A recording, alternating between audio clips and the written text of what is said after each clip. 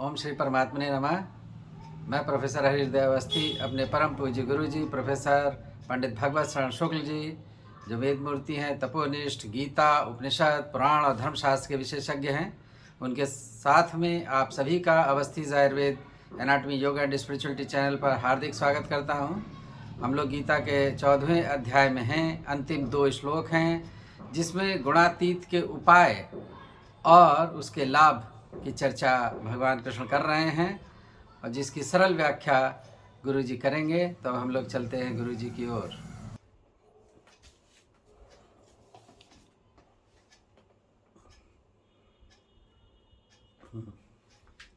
यं ब्रह्मा वरुणेन्द्र रुद्र मरुतस्तुन्वन्ति दिव्यैस्तवैर्वेदैः साङ्गपदक्रमोपनिषदैर्गायन्ति यं सामगाः ध्यानावस्थिततद्गतेन मनसा पश्यन्ति यं योगिनो यस्यान्तं विदुः सुरासुरगणा देवाय तस्मै नमः। कृष्णाय वासुदेवाय हरे परमात्मने प्रणतक्लेशनाशाय गोविंदाय नमो नमः। इस चैनल से संबद्ध सभी विद्वद्गण, सभी जिज्ञासु छात्रवृंद, सहृदय सज्जनगण एवं इस चैनल के संस्थापक तथा प्रबंधक आचार्य हरिहृदय अवस्थी जी, आप सभी का इस गीता ज्ञान यज्ञ में स्वागत है। कल हम लोगों ने गुणातीत के कौन कौन लक्षण हैं, जिसमें 9 लक्षणों की चर्चा हुई थी, उस पर पर्याप्त विचार हुआ था। परसों भी इसी विषय पर विचार हुआ और कल भी विचार हुआ। आज हम लोग विचार करेंगे कि गुणातीत व्यक्ति उस परमात्म तत्व का साक्षात्कार करके मोक्ष को कैसे प्राप्त कर सकता है। जैसा आप सब जानते हैं कि 4 पुरुषार्थ हमारे माने जाते हैं: धर्म, अर्थ, काम, मोक्ष। जिसमें 3 जो पुरुषार्थ हैं वो समाज से भी संबंध, धर्म का संबंध व्यक्तिगत भी है और समाज से भी है, परिवार से भी है। इसी प्रकार अर्थ का भी संबंध है और काम का भी संबंध है। किंतु मोक्ष जो पुरुषार्थ है वो व्यक्तिगत हो जाता है। उसमें समुदाय मोक्ष का भागी नहीं होता है। तत्त व्यक्ति जो उस योग्यता को प्राप्त कर लेता है वही मोक्ष का भागी हो जाता है। ये बात अलग है कि तत्संबद्ध एकाधिक व्यक्ति भी मोक्ष के अधिकारी हो सकते हैं, परंतु प्रत्येक व्यक्ति का अपना वो स्वतंत्र साधना है जिससे व्यक्ति वह मोक्ष को प्राप्त करता है।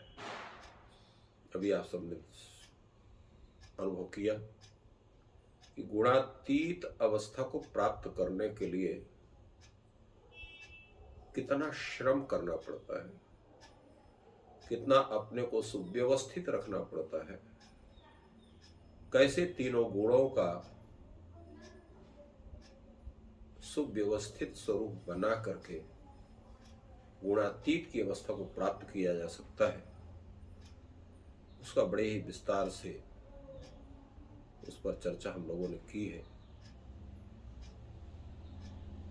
अब आगे उस मोक्ष की प्राप्ति कैसे होती है। भगवान ने कहा, माम चयो अव्यभिचारेण भक्ति योगेन सेवते सगुणान समतीत्ययितान ब्रह्म भूयाय कल्पते। तात्पर्य क्या है? ये जितने 9 सीढ़ियां बताई गई, इन सीढ़ियों से जो हमें प्राप्त होता है क्या होता है? अव्यभिचारी भक्ति योग। अव्यभिचारी भक्ति योग का तात्पर्य क्या है? अव्यभिचारी का मतलब है कि मात्र उस परमेश्वर श्रीमन नारायण को छोड़ करके हमारा कोई आश्रय नहीं है। वही हमारे स्वामी हैं, वही हमारे शरण लेने योग्य हैं, वही हमारे परम गति हैं, परम आश्रय हैं, जिसको हम लोग कहते हैं तोय माता च पिता त्वमेव, तोय बंधु च सखा त्वमेव, तोय विद्या द्रविणम त्वमेव, तोय सर्वम मम देव देव। यही शरणागति का स्वरूप है। वही हमारे परम गति, वही आश्रय है, वही माता है, पिता है, भाई है, बंधु है, परम हितकारी है, सर्वस्व है। तो जब हम अत्यंत स्वार्थ रहित होकर के, स्वार्थ रहित का मतलब क्या होता है? भगवत प्रीत्यर्थ बुद्धि खाली हो, विश्व के समस्त जितने ऐश्वर्य हैं उनके प्रति विरति होना। किसी भी ऐश्वर्य की हमको आवश्यकता नहीं है। परमैश्वर्यशाली जो परमात्मा है, केवल वही हमारा प्राप्य है। तदरिक्त सर्व जो है वो प्राप्ति उद्देश्य नहीं है। तो जब ये बुद्धि होती है तो वो अव्यभिचारी स्वरूप होता है। जब ऐसा समझ करके हम स्वार्थ रहित होकर के श्रद्धा पूर्वक अनन्य प्रेम, परमात्मा व्यतिरिक्त अन्यत्र प्रेम का अभाव होता है, सर्वथा सर्वदा पूर्ण रूप से अटल बुद्धि उस परमात्मा में बनती है और क्षण मात्र भी उस परमात्मा का विस्मरण नहीं होता है। यही अनन्य योग है, अनन्य प्रेम है, यही अव्यभिचारी भक्ति योग है। भक्ति का तात्पर्य क्या होता है और भक्ति योग शब्द का अर्थ क्या है? भक्ते योगा भक्ति योगा, भक्ति का संबंध। भक्ति क्या है? अंतराय सहस्रेण अपि अप्रतिहत प्रेम प्रवाहो भक्ति। हजारों विघ्न उपस्थित हो जाए, और हजारों का मतलब ये नहीं है, अनंत विघ्न उपस्थित होने के बावजूद भी परमात्मा विषयक जो स्नेह की धारा है वो भंग ना हो, जिसको कहा गया तैल धारावत अविच्छिन्न प्रेम धारा भक्ति का स्वरूप होता है। अहर्निशम सेवा महे जो बुद्धि का स्वरूप होता है, निरंतर सोते जागते उठते खाते पीते बात करते सर्वत्र आपका जो मस्तिष्क है, जो बुद्धि है, मन है, उस परमात्म तत्व में से ही संबद्ध रहना चाहिए। तद व्यतिरिक्त किसी अन्य वस्तु का ध्यान मस्तिष्क में नहीं होना चाहिए। वो अप्रतिहत प्रेम प्रवाह का स्वरूप है। अनेक प्रकार विघ्न होने के बावजूद भी वो आपकी प्रेम की धारा, स्नेह की धारा, वो परमात्मा चिंतन की धारा, वो भंग नहीं होनी चाहिए। तो वो कहलाएगा आपका अव्यभिचारी भक्ति योग, जिसको भगवान ने कहा माम चयो अव्यभिचारेण भक्ति योगेन सेवते। तो जब ऐसा भक्ति योग बनेगा तो आप वो तीनों गुणों से संबद्ध जितने भी कार्य हैं उनसे आप पार पा जाएंगे।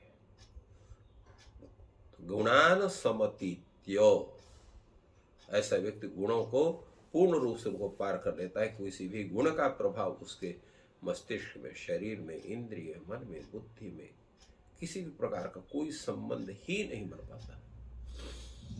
कारण क्या है? जैसा रामायण में कहा गया है, निज प्रभु मैं देखहि जगत के सन करहि विरोध। तात्पर्य क्या हुआ? प्राणी मात्र में ही नहीं, वस्तु मात्र में भगवत स्वरूप का दर्शन होता है। जब भक्ति योग आपके अंदर उत्पन्न होगा तो फिर वो तीनों गुणों का प्रभाव कहां से होगा? क्योंकि तीनों गुणों के जो उनसे समुद्भूत भक्ति तत्व के बाधक तत्व हैं उनमें आपकी बुद्धि ही नहीं जाती है। तो कोई भी विषय का चिंतन तब होगा जब उस विषय का आप साक्षात्कार करेंगे तत्त इंद्रिय विशेष से, वो इंद्रियों का उन विषयों के प्रति दृष्टि ही नहीं बनती है। सर्वत्र परमात्मा तत्व के दर्शन होते हैं। तो जब परमात्मा तत्व के दर्शन हो जाएंगे तो वो जो एक प्रतीति होती है, इदम सर्वम अखिलम ब्रह्म करके वो ब्रह्म की प्रतीति होती है। और जब ब्रह्म की प्रतीति होती है तो ऐसा व्यक्ति ब्रह्म भूयाय कल्पते, वह ब्रह्म प्राप्ति के योग्य बन जाता है। पूर्ण योग्यता उसकी हो जाती है, उस परमात्मा तत्व की प्राप्ति कर सके। हमारे यहाँ एक नियम भी है, देवो भूत्वा देवम यजेत। इसका तात्पर्य क्या है?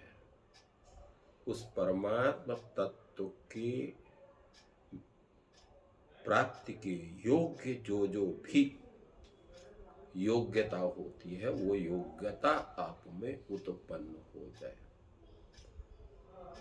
तादृश देवत्व बुद्धि आपके अंदर हो जाए, प्रत्येक इंद्रिय उस देवत्व का आधान हो जाए, सर्वत्र उस परमात्मा तत्व के ही दर्शन हो, तब भी ब्रह्म भूया कल्पते का स्वरूप आपको बनता है।